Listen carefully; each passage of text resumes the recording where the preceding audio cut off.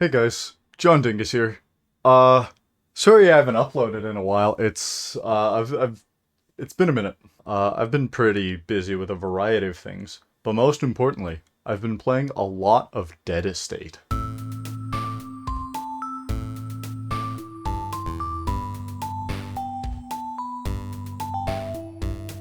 Dead Estate is a game I've known about for quite a while, but just never got around to playing until recently. It stayed rotting away in my backlog for a very long time, up until recently when my friend Caden said, Good night, Dead Estate's final update is here. John, the game is finished. You gotta play Dead Estate. You gotta play it. And have you seen these titties? Oh my god, look at this. Now look at these fucking, oh my goodness. That's official artwork. They made that. So I finally decided to give it the chance that it rightfully deserved, and it's a really fucking good game, dude. It's awesome. Developed by the Milk Bar lads and published by Two Left Thumbs, Dead Estate is an isometric horror roguelike where you explore a big ol' spooky mansion filled with monsters and cultists, and there's also a really hot witch lady. The gameplay of Dead Estate is pretty similar to other roguelikes, like The Binding of Isaac. where you explore randomly generated stages and pick up items. What differentiates Dead Estate from other roguelikes that are pretty similar is its horror influences.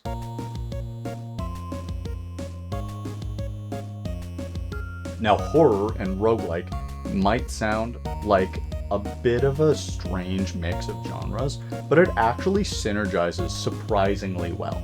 Each room you explore is small and claustrophobic, forcing you to carefully move around enemies and obstacles like a spinning morning star in the middle of the room or a fucking, ceiling spike trap. Who the fuck installs this shit? However, Dead Estate's main horror influence has got to be chunks. Risk of Rain 2, and this is related, has a difficulty mechanic that is tied to the duration of your run. This serves as a way to punish players who are taking too long on one stage, but it also functions to balance out the difficulty once the player reaches later stages in the game, and so they're not just absolutely fucking romple-stomping everything. This is related because Chunk serves pretty much the same purpose as the difficulty timer, but it's just executed in a different way. Chunks is essentially the roguelike equivalent to the Stalker enemy popularized by the Resident Evil series, so kind of like Mr. X or Jack Baker. One of the coolest aspects of Chunks is that whenever you shoot him, there are just these little zeros that pop up, when ordinarily if you shot any other enemy it would be like, a damage number. This is actually a lie. Chunks does take damage and can even be incapacitated. This is just a sneaky little way for the devs to scare the shit out of you. If you are able to see through the smoke and mirrors and actually beat his ass, it actually nets you a pretty nice reward of just some extra time to explore and find items, but it does come at a cost, because he will be back and he will be fucking pissed. On higher difficulties, Chunks can mutate after he's killed, and will either turn into a tentacle monster or a dog, and will be overall a little bit more difficult to put down than before. However, if you're powerful enough to beat him in the first place, his mutations won't give you too much trouble.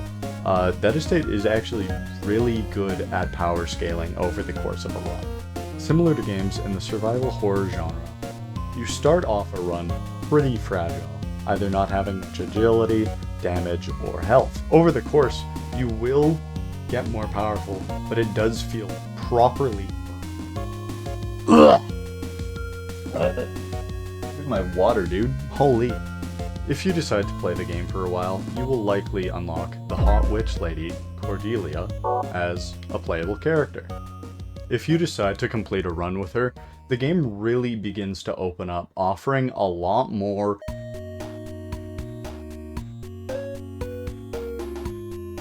One of the main reasons roguelikes are as popular as they are is their almost infinite replayability, and Dead Estate is no different in this way.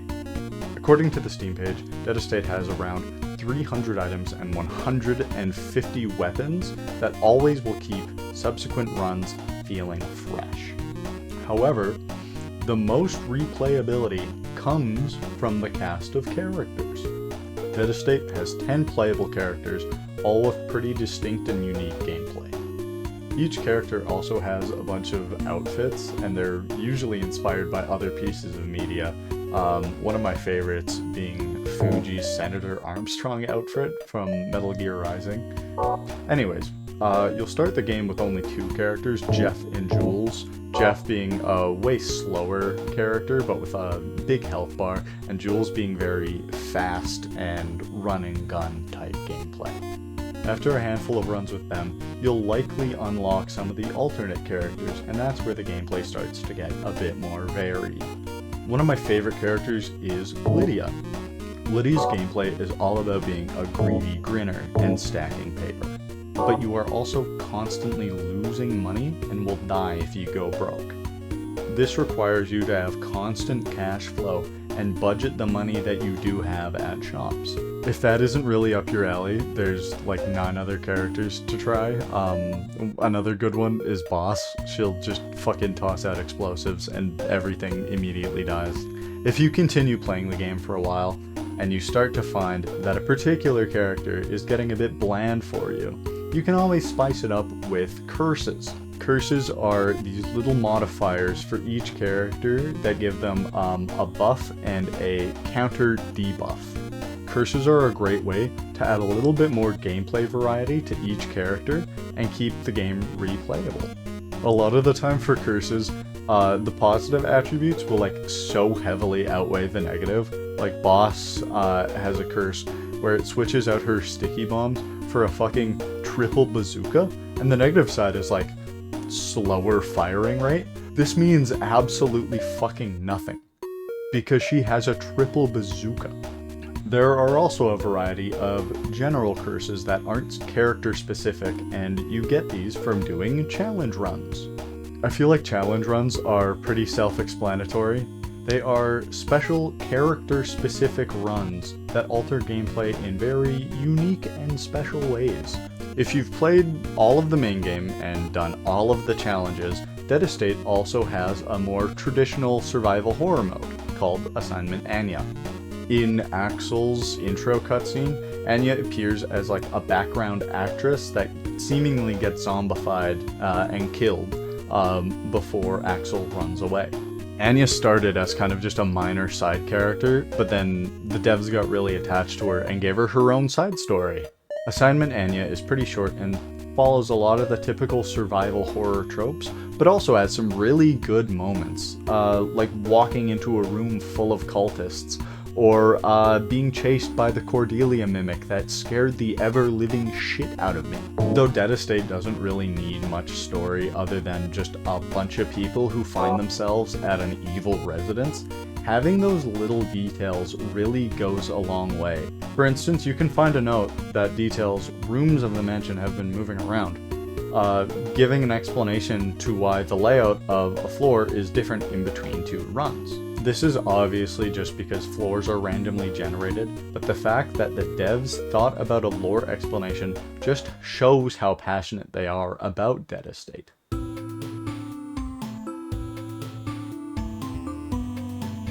Dead Estate originated as an entry for the Newgrounds Halloween Spooktacular contest in October of 2020. The Milk Bar lads have continued to develop and flesh out Dead Estate up until recently with the release of their 6th and final update, Good Night. If it wasn't clear from my absolutely unintelligible ramblings, this game is an absolute labor of love. It cannot be understated how much just being passionate about what you're working on just makes it more enjoyable for the people who get to experience it. Like, just absolutely. Dead Estate, in my eyes, is just an absolute cult classic, and it's all because of the work of the team behind it. They're a whole bunch of talented artists and programmers. Oh my god, look at the art, dude. It's just so full of character. And despite what the Dead Estate detractors might say of just like calling it the big boob game, it only has big boobies in it. Like, I mean, it does. There are a lot of big boobies, and that rocks, dude. But to write it off as just the big boob game would be such an absolute disgrace to just the amount of time and effort that it must have taken to, first off, design the characters, draw the sprites, maybe, like, I don't know shit about game design if it isn't completely obvious, but, the time that it makes it to, like, pixel art, I don't fucking know. On roughly the same topic as art, the music in this game is awesome. It just rocks. It's phenomenal, dude. Another really cool bit of attention to detail is each floor has like 2 versions of the same track, one being an exploration track and the other being a combat track, and they so seamlessly just move back and forth between the two.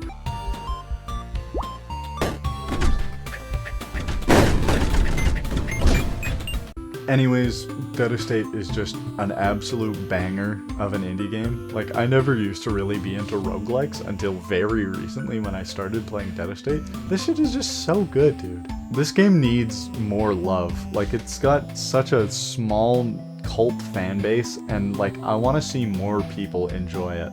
Please, just for the love of God, go out, buy it on Steam, buy it on itch, I don't care what you do, just go play it. If you can't afford to buy new games, or you're just kind of on the fence about it, go to Steam and check out the demo, or go to their Newgrounds and play the classic version completely free. Also, you should check out the Milk Bar Lads' other stuff. I'm pretty sure everything is on their Newgrounds. Like, go play Bonkers, go play Ugby Mumba, go play Ugby Mumba 3, go play Shrimp OS. It's Milk Bar affiliated. I don't think they fully made it. I need to check my sources. But yeah, I don't know. Go play Dead Estate. It's pretty awesome, dude. I don't know what else to say. That's all she wrote, man. This is a new type of video for me, being a Nakey Jakey clone. But I mean, I wanted to try some new stuff out. I do like making the brain rot slop videos of just me and my friends playing fucking whatever, but I also want to try some other stuff. Maybe not necessarily reviews, but something that has like a little bit more substance to it, you know? But yeah, if you liked it, leave a like, comment, subscribe. Let me know if you didn't like it. Like, this is my first try at doing this shit, so let me know what I can improve on, please. I love the feedback. Yeah. See ya.